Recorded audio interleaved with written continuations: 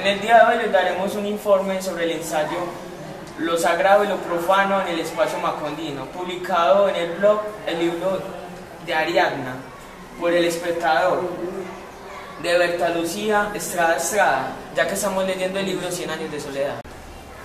Bueno chicos, en el día de hoy vamos a hacer un informe del ensayo titulado Lo Sagrado y lo Profano en el Espacio Macondino, escrito por Berta Lucía Estrada en el blog El Hilo de Ariadna, en el periódico El Espectador. Precisamente vamos a hacer ese informe porque encaja perfectamente, ya que estamos leyendo el libro de 100 años de soledad. ¿De quién? Gabriel García Márquez. ¿Por qué es tan importante el texto? Porque esta obra fue la que ganó el Premio Nobel de Literatura en el año 1982. Muy bien, ¿quién fue el que le puso Gabo? El periodista del Espectador, Eduardo Salomé. Sí, este hipocorístico, igual que Gabito, también se lo colocaron en la costa, en La Guajira. ¿Quién recuerda el nombre completo de Gabo? Gabriel José de la Concordia García Márquez. ¿Nacido en dónde? Aracataca. En Aracataca, muy bien. El escritor entonces empieza inicialmente diciendo que los espacios se sacralizan.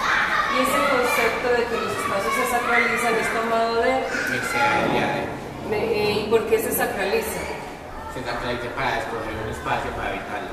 Para evitarlo. ¿Cómo se explica eso desde la obra?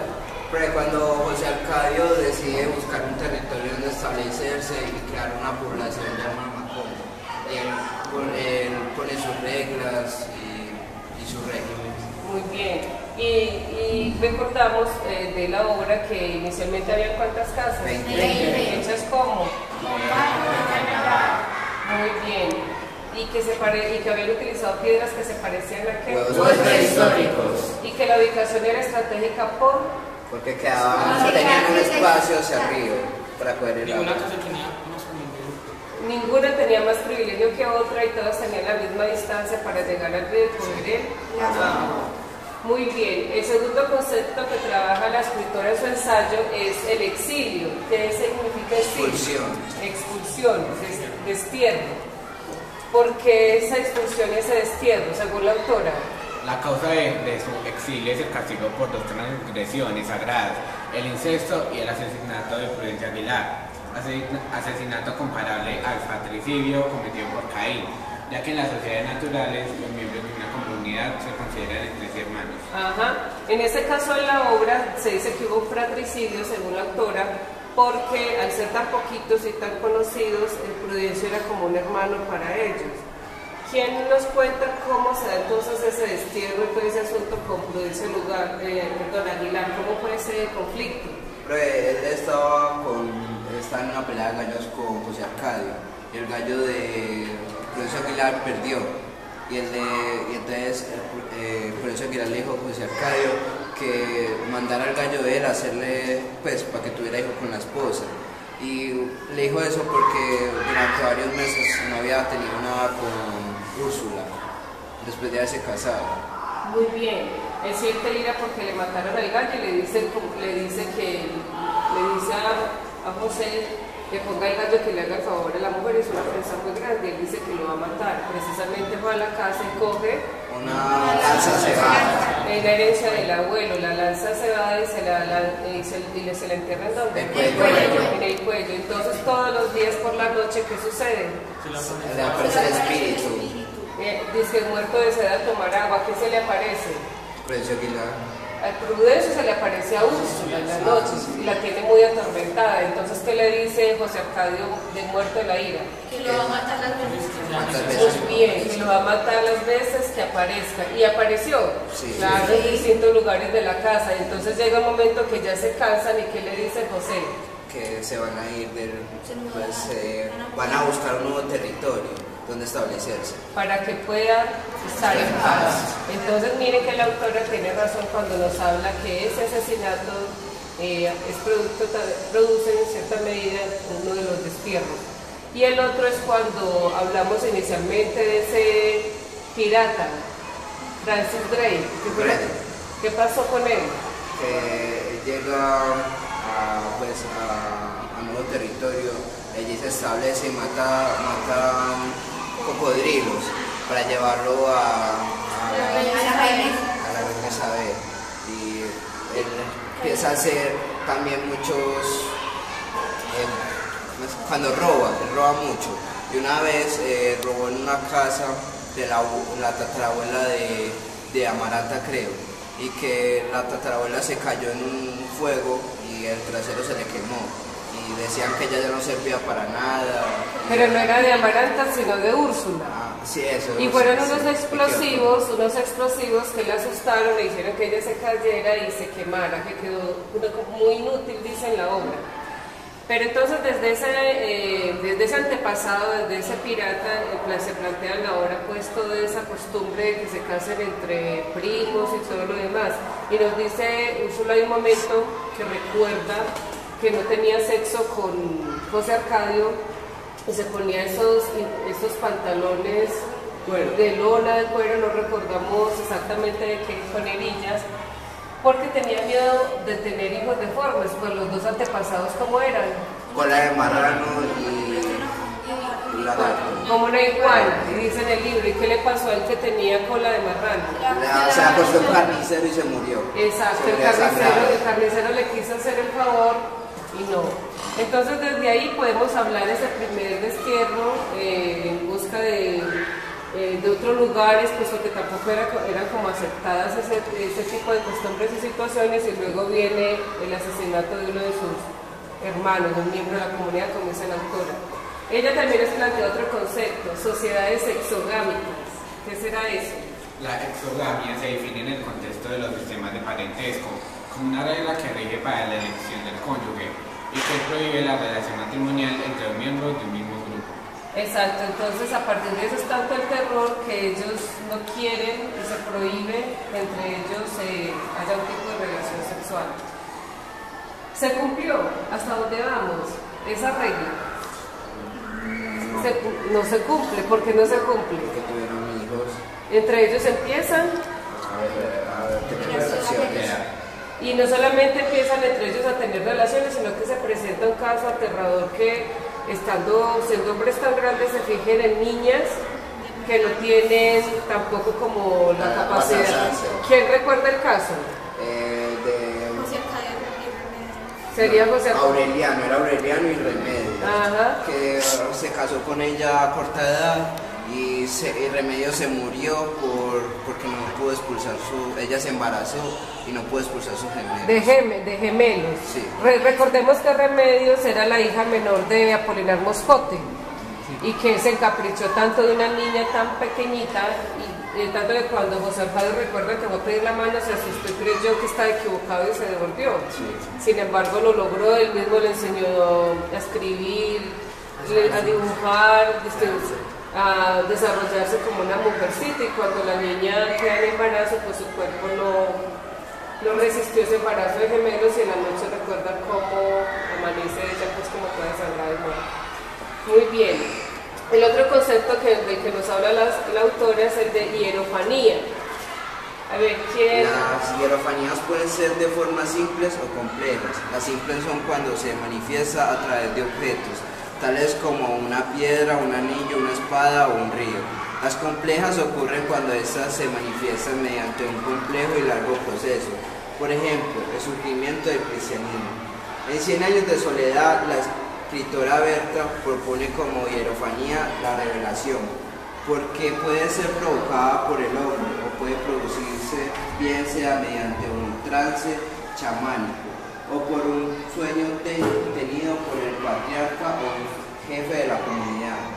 Cuando acamparon junto al río, José Arcadio un día soñó esa noche que en aquel lugar se levantaba una ciudad ruidosa con casas de paredes de espejos.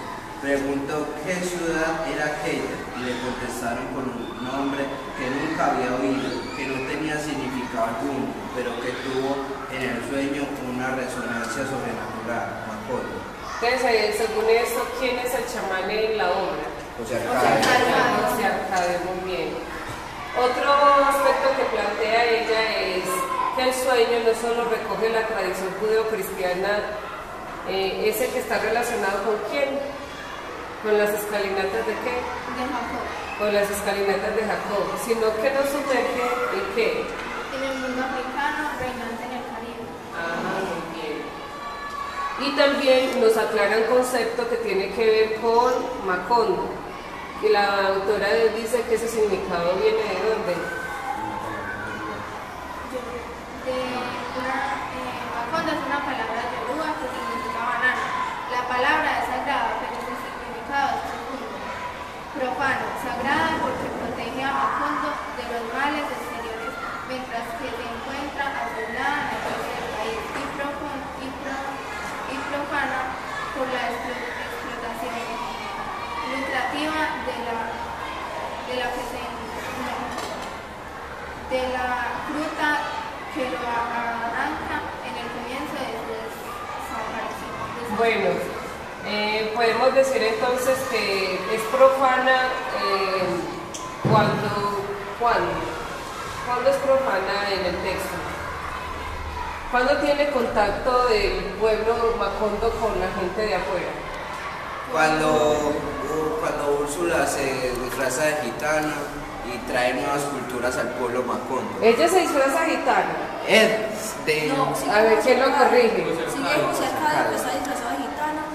Se fue disfrazado de gitano. Y entonces Úrsula desesperada se va a buscarlo. Y trae las nuevas culturas. De manera asombrosa es ella quien encuentra la forma de salir de Macondo, esa ruta que nunca pudo encontrar José Arcadio, y cuando regresa llega con mucha gente extraña, con nuevas costumbres, con nuevas cosas. Entonces eso que inicialmente, ese pueblito que inicialmente no tenía contacto con la civilización, ya tiene gente de afuera que empieza a sus nuevas costumbres, sus nuevas culturas y todo ese tipo de cosas. Entonces por eso la autora habla que la palabra es sagrada porque protege a Macondo de los males exteriores, mientras que se encuentra aislada, pero cuando ya no estuvo aislada, se convierte en un lugar profano. ¿Quién nos recuerda entonces en qué otras obras aparece el pueblo Macondo? El pueblo Macondo ficticio descrito en la novela 100 años de soledad. Los funerales de Mena Grande, la hojarasca del monólogo de Isabel viendo llover, el Macondo del colombiano premio Nobel de la literatura Gabriel García Márquez. Muy bien, ¿y quién nos habla de otros significados de la palabra Macondo? Puede que Macondo provenía de Maconde, que es el plural de Liconde, voz con la que se designa el fruto denominado en la milenaria lengua centroafricana y que literalmente significa alimento del diablo. Alimento del diablo, que es otro tan interesante. ¿Cuál más? Macondo es el nombre de juego al azar común en las fiestas de la región. Se lo describe como una suerte de bingo que se jugaba con un trompo o pirinola, que lleva grabadas 6 figuras en sus costados. Una de ellas, y con la que se vencía en el juego, era justamente el grado de un árbol Macondo, de ahí el origen del nombre del juego. ¿Qué otro significado? Profe, que en la región de Caribe colombiana este nombre pasó con el tiempo a designar a un tipo de árbol, Cabanilacea platanifolia, de manera muy apreciada en la región y que fue sometida a sobreexplotación, habiéndosele confinado en la Sierra Nevada de Santa Marta para comienzos del siglo XX. Al respecto, el nombre de la hacienda de Milk Tree se debió a la presencia de los dos famosos ejemplares de este árbol en dicha finca, y que existía un poblado en el municipio de Pibijay con el nombre de Macondo. Saldívar no es claro al respecto de señalar si existe una relación entre la hacienda de ese nombre y el pueblo que se formó en Pibijay, pero dejaba entrever que existía una relación de proximidad física entre poblado y finca, lo que podía insinuar una traslación del nombre del uno para el otro, ya que afirma que el asentamiento humano es anterior hacia la hacienda. ¿Alguien tiene otro significado?